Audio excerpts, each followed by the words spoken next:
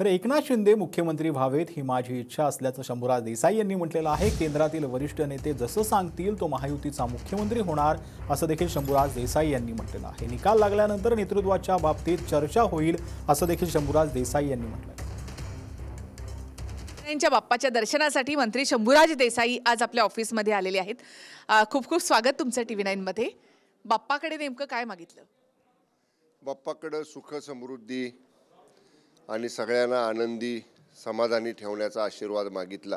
देशातलं पहिल्या क्रमांकाचं राज्य आपलं महाराष्ट्र व्हावं आणि ते माननीय मुख्यमंत्री एकनाथजी शिंदे साहेबांच्या नेतृत्वाखाली व्हावं अशी गणरायाच्या चरणी आम्ही प्रार्थना केली। मुख्यमंत्री म्हणून एकनाथ शिंदे यांनाच पुढे करावं लागेल, तर मग महायुतीचे मुख्यमंत्री म्हणजे पुढचे मुख्यमंत्री एकनाथ शिंदेच असणार?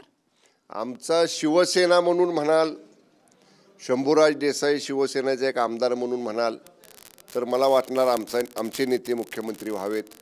पण आमचं एकमत ह्या मुद्द्यावर आहे की महायुतीचे हे तिघजण जे प्रमुख नेते आहेत, माननीय शिंदे साहेब, माननीय फडणवीस साहेब, माननीय दादा, आणि या तिघांच्याही वरती केंद्रातले जे आमचे नेते महायुतीचे दोन्ही मोठे नेते आहेत, माननीय मोदी साहेब आणि माननीय अमित शाह साहेब, हे एकत्र बसतील आणि ज्याला कोणाला सांगतील मुख्यमंत्री करा त्याला महायुती मुख्यमंत्री करेल।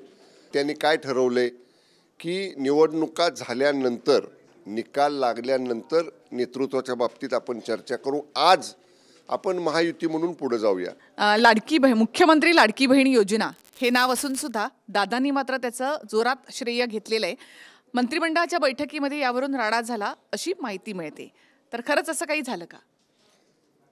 खरं कसं आहे, आम्ही मंत्री म्हणून माननीय राज्यपाल आम्हाला शपथ देतात गोपनीयतेची, त्यामुळे शपथभंग करायचा नसतो। ज्या काही त्याच्यामध्ये गोष्टी घडल्या त्याची सुधारणा 2-3 दिवसात झालेली आपण बघितली सगळ्यांनी, की आता सगळेजणच मुख्यमंत्री माझी लाडकी बहीण असं म्हणायला लागलेत।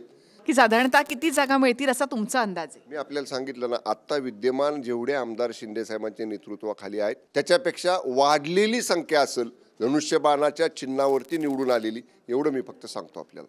खूप खूप धन्यवाद।